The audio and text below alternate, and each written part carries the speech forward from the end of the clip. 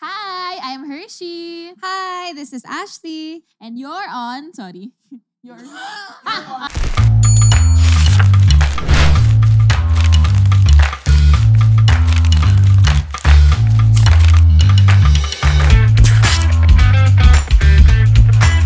Hi, I'm Hershey. This is Ashley. And this is Chicks to Go! Go, go, go! Talagang nakadikit na yung go, go, go. So Hershey, Yes, Ashley. what are we gonna be talking about today? We're going to talk about the past. Oh no! So this is another trauma dump. Na joke No, lang. no, Hindi. no. Hindi siya trauma dump. Ayoko ng trauma dump. Actually, hopeful siya eh. Di ba? well, yeah. Actually, kasi ang topic natin today is past lives. Sino ba tayo before, bago tayo maging Hershey and Ashley now? Ano ba yung Ashley now? Actually, hindi ko na. May identity crisis pala. But in order to know who we are now, we must look back and reflect. Tama. Hindi, kasi diba, lahat ng pinagdaanan natin in the past, it forms who we are today. Yes, oo. So yung first question ko sa'yo, Ash, is nung bata ka, ano yung, kasi nakikita ko sobrang ano mo eh, business-minded kang tao. Talaga ba? Oo! Or kahit hindi business-minded per se, kumbaga, you're very hardworking, madami kang iniisip. Gusto ko yung nagda-doubt ka. Oo nga. Oh my God. Wow. So nung bata ka, naalala mo ba ano yung pinakauna mong pinagkakaabalahan or business? Yung parang project mo nung bata ka? Oh my gosh, girl, wait. Bakit? Kasi nung bata, okay, backstory, hindi naman kami rich kid. I didn't grow up as a rich kid. So, Same. So, pero may kaya naman. So, I remember before yung mom ko, mahilig siya mag-bake. Okay. So, magbe-bake siya ng mga parang, I don't know, banana bread ba yun? Or yung Tyson cake? Do you know Ano what yung that? Parang siyang butter loaf na cake, something Okay. like that. Tapos, yun yung ibebenta ko sa school. Or yung marshmallow na covered in chocolate. Oh. Tapos, pero meron din time na sa subdivision, yung kapitbahay namin, only child. Okay. Parang little sister ko siya. So, bilang ate ako, nakikinig siya sa akin. So, nakita ko tong business opportunity. Sabi ko, gusto ko ng taho kasi favorite ko ang taho. Pero wala kaming pambayad ng taho. Nakita ko may calamansi concentrate. Sa bahay nila. Sa bahay nila. Anong ginawa Sabi mo? ko, Marian, ganito gagawin natin. Magtitimpla tayo ng calamansi juice. Bibigyan natin sa mangtataho. Para yung mangtataho, bibigyan tayo ng taho. Barter. Ang ganda! Diba? Wala akong puhunan, girl. Laway lang. So, lagi kayo binibigyan ng Pang-uutol. taho. Siguro yung mangtataho, natatawa na lang na at least ginagawa namin siya ng calamansi juice. Pinagbibigyan kami ng taho. So buti na lang lagi silang may calamansi concentrate. Yun na nga, nagtataka na yung magulang niya, bakit ang bilis maubos itong calamansi concentrate na to? Hindi niya alam na pupunta sa tiyan ng mangtataho. Ang funny. Ako nung Yeah, bata ikaw. ako, gumagawa ako ng mga bracelets. Aww. Tapos binibenta ko sa mga teachers.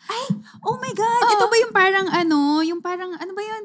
Oo, yung elastics. Yun! Oo, Oo. gumagawa ka rin na Yes, dati. I did. Oo. Ang saya nun. Ang saya nun. Actually, uso yun ngayon, yung bracelets, di ba? Yung mga, Yung mga may charm, ganyan. anik-anik, yes. Ang cute lang kasi ito, out of topic lang. Pero I went on a date Like a month ago. Tapos, It didn't work out between the two of us. Sabi ko, we're good as friends. Pero ang cute lang kasi gumawa siya ng beaded bracelet for me. Eh, mahilig ako sa evil eye. Tapos alam niya yun. Tapos may evil eye yung bracelet na yun. aww, Cute, that's so no? sweet Ang cute. naman. Okay, next. That's so sweet. Okay, so, nung bata tayo nito, nung Oo. medyo tumanda-tanda na tayo, ano na yung mga naging business? Ako, nung pandemic, wala akong job noon.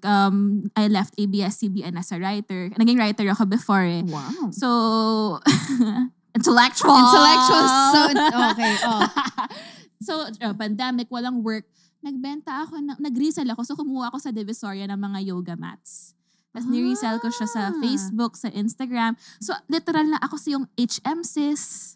Ganon. PM Set. HM sis says, PM Set. Ganun yung buhay ko. And in fairness, sobrang minapasweldo pa akong assistant doon. Wow! Basta sobrang it saved me. Yoga mats saved me. Ang galing! Tapos ang galing din kasi dati yun yung business ko. Ngayon, I have an athletic wear business. So I yung know, I Sunny love Habit. Guys, can I just say, sobrang comfy ng mga sport. Hindi, totoo. Pero feel ko yung pagtatanas ka doon kasi talaga ang flowy niya and I love the skirt. Tapos may mga ang dami pang pockets. Thank you. Sunny Habit Activewear. Yeah. Tapos nagkaroon ako ng co-working space.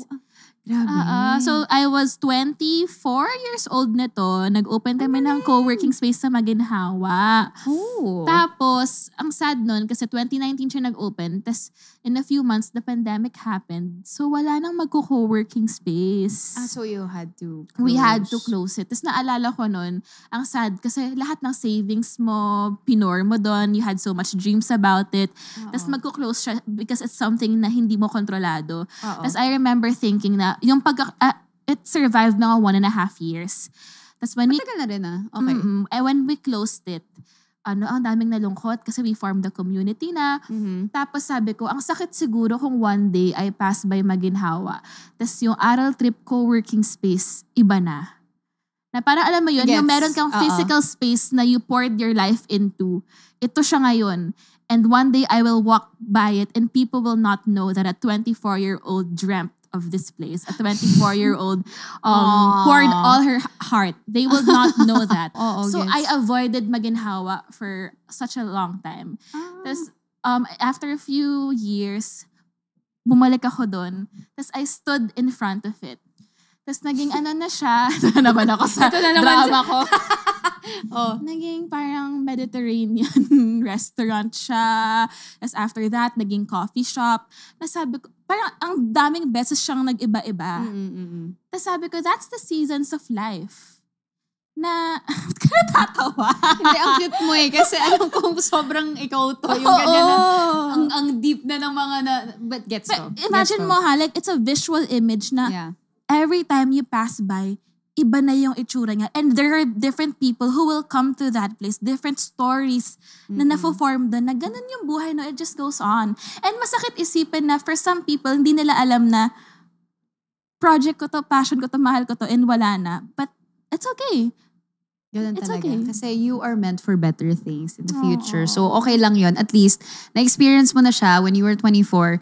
There are better things na mas maganda pa doon. Like this, nagkaroon tayo ng podcast. Ganun talaga. Ganun ang buhay. Weather lang. Parang Kuya Kim. Ay, Kuya Kim. Crush ka nito. Crush si Kuya Kim. ikaw. Gusto ko lang, wait lang. Parang naalala ko lang. Dahil nga, yun diba, yung, parang, it was a co-working space, tapos naging cafe, ganyan. Naalala ko lang bigla yung trabaho ko dati. Yung first job ko. Ano first job mo? First job ko maging barista. Talaga? Bang Coffee. It's now Yoshimitsu sa along Tomas Morato. Tama ba? Yoshimitsu ba siya ngayon? Basta anyway, it used to be Baang, B-A-A-N-G, Bang Coffee. Okay. Tapos yun, tapos barista ako. Tapos dami ko mga nakitang artista doon, kung sino-sino. Tapos dream ko maging artista. Sabi ko, one day magiging artista din ako. And ngayon, nagsuserve lang ako ng mga now. coffee. Next time, ako naman ang suserva ng coffee. And ganda. Parang La La Land. Wow! Parang La La Land. Di ba si Emma Stone doon, barista siya. Tapos parang dream niya, sinaserve niya ng coffees yung artista. Tapos sa ending, naging artista siya. So so kaya pala ang galing mo gumawa ng kape? Pero nakakatawa kasi nung time na yon, hindi ko pa ma-appreciate yung coffee the way I appreciate it now. Siyempre, mga trip ko yung mga frap, diba? Parang hindi ko pa maintindihan yung mga black coffee, ganyan. But anyway, ayun. So, I have a similar story. Ako naman, before ako naging artista, writer nga ako sa ABS. So ako yung nag-i-interview sa mga artista. Galing, diba? Ngayon ako yung ini-interview, tapos ako yung hindi ko alam sasagot ko.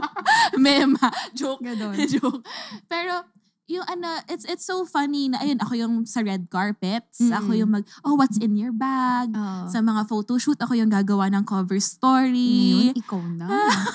Ang galing lang, Ang galing ng live. Actually, go. Stop dance. Teka, wait lang, may dadagdag lang ako. Kasi diba sabi mo, nag-close yung Aral Trip yung co-working space. Aral Trip co-working space mo. Ako naman, nagkaroon ako ng first na legit na business. Which is? Nung pandemic. Which is Flora by Petra. Oh, mahilig ka nga kasi sa flowers. Okay, fun fact guys. I super love flowers. Sobrang As flower in, person ka. it makes me so happy. Gusto ko fresh flowers, dried flowers, painting na may flowers, anything with flowers, I super like it. Gusto ko yung mga exotic, yung different variants. Yung kulay lahat. As in parang heaven siya for me. Kaya nga nung nag-Holland ako, I was in heaven. As in, naiiyak ako sa sobrang ganda. Kaya pala Mahalimuyak yung pangalan mo. Oo. Tapos, so nung pandemic, syempre doon natin na unleash or na-unlock yung mga skills pala natin. So, doon ko na-discover na marunong pala ako mag-arrange ng mga flowers. And then, actually, ginawan ko may nag-order sa akin for Chris Aquino na bouquet. So, Flora by Petra, tapos yun, more on mga dried flowers kasi ang hirap kasi i-maintain yung mga fresh. So, pupunta pa ako ng Dangwa, girl. Kaya sinabi ko, punta tayong Dangwa kasi memorize ko na siya. And then, bibili pa ako ng mga vase, pipicturean ko, ganyan. Nakakapagod siya. But, na-enjoy ko nung time na yun. Kasi parang, wow, I can't believe na kaya ko pala mag-business. Kasi I've always doubted myself na parang hindi ko kaya. And then after nun, sorry, kayang-kaya mo kasi bata ka pa lang, puhunan mo laway, nakakuha ka ng taho sa calamansi juice. Kaya mo yan. Why will you ever doubt yourself? Tapos, ito naman yung Airbnb din. Nagkaroon ako 2 unit with my ex. But thanks to him, at least na namulat ang aking mata at mundo sa mga ganyang business. Kasi ang dream ko talaga, kung hindi ako naging artista, gusto ko maging hasyendera lang or yung parang mayaman na may resort tas nandun lang ako. As in, ang ganun level sa Airbnb, girl, hindi siya masaya. Lahat na ng mga kadirin, ako na yung naglinis nun. Like, ito na naman tayo sa kadiri. Bababoy na naman tong episode na to. Girl, may mga skid mark, ganon. Oh my God. May mga gamit na condom, may mga naiwan na panty, na bra, ganyan. Anong ginagawa mo sa mga naiwang panty? Tatapon ko. Alam ka namang gamitin pa nila, kadiri naman, diba? So yun, but parang sobrang ako, neat freak ako when it comes to mga accommodations. Kasi ako mismo, I like, the 5-star experience. Parang goal ko yun na I'm gonna have a hotel or a luxury boutique resort. Something like that. Alam mo, sobrang dream ko rin magka-hotel ng bata ako. Tapos sinasabi ko, one day magtatayo ako ng hotels, pangalan niya Vanilla Hotel. Hindi ko alam bakit kasi favorite ice cream flavor ko yung vanilla. Ikaw ba na favorite ice cream flavor? Vanilla din. Pero ayaw mo ng vanilla na scent. Oo, ayaw ko ng vanilla. Okay, so we talked about mga business, ganyan. I wonder, nung college ka, business ba yung course mo? Hindi. Ano course mo? Culinary. sobrang gets kasi ang galing mo magluto. Kaya nga, trip ko si Gordon Ramsay. Kasi I love to cook. Pero ayoko na siya maging trabaho. Na-realize ko, parang ayoko na sinisigawan ako, ayoko na initan ako, na yung na-chop ko na yung kamay ko dahil nasa-stress ako, napapressure ako. Mas gusto ko na lang kumain sa labas. Ako na lang yung kakain. Magluluto ako para sa mga friends and family ko, pero hindi ko siya magiging trabaho. So wait, nag-culinary ka dito sa Philippines? Yeah. Kasi you wanted to be a chef, ganon? Yeah. Wow! I didn't know that, na you wanted to be a chef. Ang galing! Kasi mahilig din magluto yung mom ko. So, growing up, lagi akong sous chef niya. Kasi I was so curious. And parang naaaliw ako sa process ng cooking, pag-slice, ganyan. Mise en place, ang tawag doon. Yung pag, ina-arrange mo lahat ng mga ingredients. So, hanggang ngayon, diba, alam mo, mahilig akong magluto. Love language ni Ashian kasi lagi nga ako pinapunta sa bahay niya. Tapos nagluto kasi siya. I don't cook for everyone, by the way. So, thank you for cooking for me. I'm very selective. Wow, kaya yung iba, pagluto mo bakit? Na-earn mo na ba para pagluto kita? Ako, nung ikaw, college ano yung ako, course mo? Kasi yung parents ko, they're both doctors. Mm-mm. Tapos, ito yung drama ko, yung bubog ko in life is that, di ba, perfect childhood, ganyan. But I never really knew what I wanted to be. Kasi bata pa lang ako, pag tinatanong ako, anong gusto mo maging paglaki mo? Sasagutin ng parents ko, gusto nga maging doktor tulad ko, tulad namin. Sila yung sumagot para sa'yo. So growing up, okay, I wanna be a doctor, Tapos yung mga laruan ko sa bahay, stethoscope. Yan yung mga toys ko. Doctor toys. Parang ini-ingrainan nila sa'yo na magiging doctor ka. Tapos literally pag summer, yung summer job ko, kasi my dad is a cardiologist, ako yung mag-ECG sa mga pasyente. Wow! 10 years old, ako yung nagkakabit ng mga wires. Tapos babayaran ako ni daddy, mag-iipon ako ng pera para magka-Jansport. Kasi, di ba, rock and roll, cool kapag may Jansport ka, hindi ako spoiled na bata. Like, if I want something, hindi, pag-ipunan mo. Yeah. So, nag-ipon ako ng pera sa Jansport. Tapos hindi ko alam bakit ganun yung taste ko. I could have gotten yung mga, di ba, graphic yung Jansport. Yung pinili kong Jansport puti. Kasi you like vanilla. Plain, diba? Plain white t-shirt, gusto mo rin. So, it makes sense na gusto mo ng white Jansport. Di ba? Ang daming designs. Pinag-ipunan ko for 2 months, puting Jansport. Di ko gets. Pero yun yung first job ko. So, akala ko, gusto ko mag-doktor. So, when I was 16, I got into UP Manila na quota course. It means na hindi lahat makakapasok. Dapat like sobrang taas ng entrance exam score mo. So, I got into nursing. And then, nung 1 year na yon, bakit ganun? Yung mga tao, sobrang nag-e-enjoy. So ako parang hindi ko gets. Others are like, wow, that's so cool. Goblet cells secrete mucus. So parang ako, hindi ko gets. Parang ka nag-cast ng spell. Parang, ano yun? Bakit? Hindi ko gets. Tapos ito yung parang heartbreaking na I had to tell my parents, I don't want to follow your footsteps. Oh no. So, nag-communications ako. So, ako yung literally, alam mo yung disappointment of an Asian child. Yung dapat, grabe naman. Dapat doktor ka, pero ano ako ngayon? Komedyante! Tatay ko, cardiologist. Nanay ko, pulmonologist. Komedyante. So, ganda. Bakit? Ganda. Pareho tayo. Ako, hindi ko in-expect na magiging komedyante ako. Honesty. Alam kong maharot ako, makulit ako, pero hindi ko in-expect na dito pala ako makikilala. Pero dito ako masaya. Diba? Paano mo nalaman na gusto mong maging komedyante? Nung sinasabi na ng tao sa akin, tawang-tawa sila sa akin, parang nakakatawa pala ako. Kakatawa ka. Diba? Tapos parang, nga no. Tapos nung in-embrace ko na siya, edi yun na, parang, okay, you know what? Sige. Komedyante ako. So, I'm gonna embrace it. I'm gonna own it. Diba? So, and yun. pero parang sometimes I wonder, kasi after ko mag-nursing, nag-communications ako, and then I took my master's in psychology. Mm-hmm. So ako parang, bakit pa ako dumaan sa napakadaming prosesong yun? Kung at the end, magkukomedyante ako. But I think everything makes sense in retrospect. Pagtingin mo, kaya pala yun, pinagdaanan mo yun kasi ihuhulma ka sa mga experiences na yun to be who you are now. Exactly. Pero ako, curious lang ako. Kung let's say, hindi ka naging Hershey na komedyante, in another universe, anong klaseng Hershey ka? Wow. Give it, like, ano ka ba? Naging astronaut ka ba? Naging cardiologist ka na rin ba? Alam mo, pag tinatanong sa akin yan, it's honestly a question I couldn't answer kasi nga, I was never asked. Like, alam mo yung... Now I'm asking you. Alam mo yun, yung parang may power pala yun when someone asks you instead of telling na this is what you want. So, thank you for asking. So, ano nga ang sagot mo? Yung sagot ko, siguro, I think the most logical thing is I'd be a therapist. I'd be a psychotherapist kasi yung master's ko nga is psychologist. Okay. But I don't know if I'd be happy. I don't know. Ano pa iba? Hindi, parang ano lang, kung, okay, sige. Example, ako. In another world, I would have been a UFC fighter. Okay.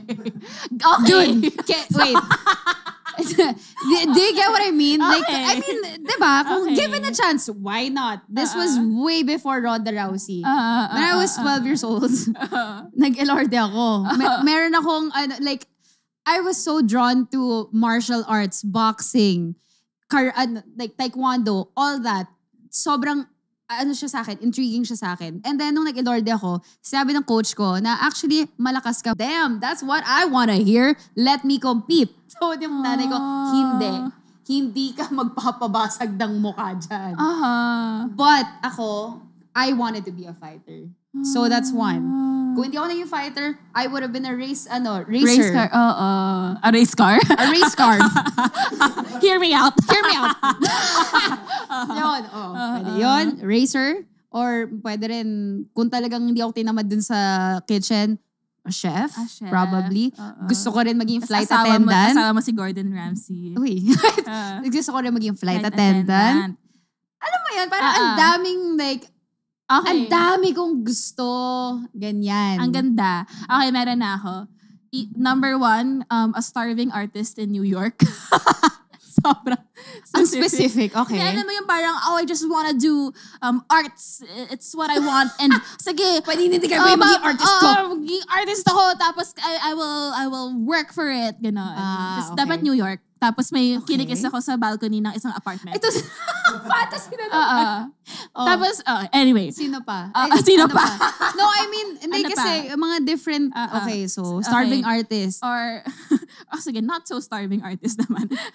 In New York. In New York. Number 2, alam mo yung meron kang coffee shop sa isang European country na puro Greece. Cobblestone. Parang kahit nga outskirts of France. Ganon. Outskirts of France. Diba? Well, Tapos may coffee shop ka lang na maliit. Tapos parang may puro books. Oh, okay. Ay, alam mo, ako rin, may isa pa akong dream. Sabi ko nga, diba, gusto ko ng resort. Gusto ko rin ng, may parang spa din siya. Yung parang wellness chururut. Parang San Benito. Okay. Oh my God, girl. Ang yabang ko siguro pag nagkaroon ako ng ganon. Kasi parang, hello? Meron ako spa and resort. Tapos, alam mo yon, sobrang hands-on ko kasi mahilig ako magluto. I like the vibes. Mahilig ako sa interior. Bagay. Flowers. Mahilig ako sa masahe. Parang very particular ako sa klaseng masahe. And then music, nag-DJ pa. Lahat Nag-DJ na. ka nga. Nag-DJ ka. Feel ko talaga, one day, alam mo, I have a friend na nakausap ko the other day. Tapos sabi nga, oh my God, alam mo bang crush na crush ko si Ash? One day daw, nag-Boracay sila like many years ago. Tapos ikaw daw yung nagdi-DJ sa set. Tapos binivideohan ka daw niya, kinuha mo daw yung phone, tapos nag-selfie ka with everyone, tapos binigay sa kanya. Oh, so, memorable daw yun. Anong DJ name mo? Ashley. DJ Ashley Electric, walang ganon. Okay. No. Okay, ayun lang. Ang ganda. Wait, gusto ko rin ng outrageous dream. Ballerina na astronaut. Hindi, nung bata ako gusto ko rin mag-cashier. Oh my God, dream ko rin yun. Yung parang toot. Tapos gusto ko yung ipapressure ko yung bata. Sa nanay mo. Diba? Ang ganda. Kasi, parang feeling ko, it's good that we looked back sa mga nangyari sa atin. And like parang, the thing about it is, okay, before, tingnan mo ha, nagbenta ka ng calamansi juice. Tapos naging barista ka. Naging DJ ka, naging artista ka, you never know what's going to happen next. Kaya nakaka-excite siya. Exactly. And I am excited for your journey as well. Papuntang New York. Papuntang New York. Sana hindi naman starving artist. Okay na? Okay na. So kayo ba, Chicksters? Ano yung mga outrageous dreams nyo? Yun. Okay. Yun lang. Dream, believe, survive. Starstruck. Bye!